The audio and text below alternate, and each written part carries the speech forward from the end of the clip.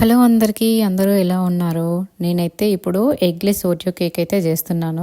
దానికోసం నేను ఒక 1.5 ప్యాక్ వరకు ఓరియో బిస్కెట్స్ని తీసుకున్నాను. వాటిని చిన్న చిన్న ముక్కలుగా చేసేసుకొని బ్లెండర్లో వేసేసుకొని పౌడర్ లాగా చేసేసుకోవాలి, ఫైన్ పౌడర్ లాగా. దాన్ని చేసుకున్నాక ఒక బౌల్లోకి ట్రాన్స్ఫర్ చేసేసుకొని పెంచు బేకింగ్ పౌడరు అలాగే మిల్క్ కూడా యాడ్ చేసేసుకుంటూ మిక్స్ చేసుకోవాలి. నాకైతే ఒక 1/2 కప్ కంటే కొంచెం ఎక్కువగా మిల్క్ పట్టినాయి. ఈ కన్సిస్టెన్సీ అనేది రిబ్బన్ కన్సిస్టెన్సీ లాగా వస్తే పర్ఫెక్ట్గా వచ్చినట్టు.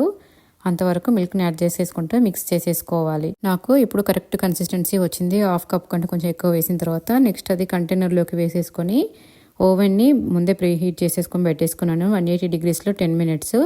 అది హీట్ అయిపోయిన తర్వాత కంటైనర్ని లోపల పెట్టేసుకొని 180 degreesలో 25 minutes బేక్ చేసేసుకోవాలి. ఓవెన్ నుండి తీసిన తర్వాత ఒక టూత్పిక్తో చెక్ చేసుకుంటే బేక్ అయిందా లేదా అని చెప్పేసి తెలిసిపోతుంది.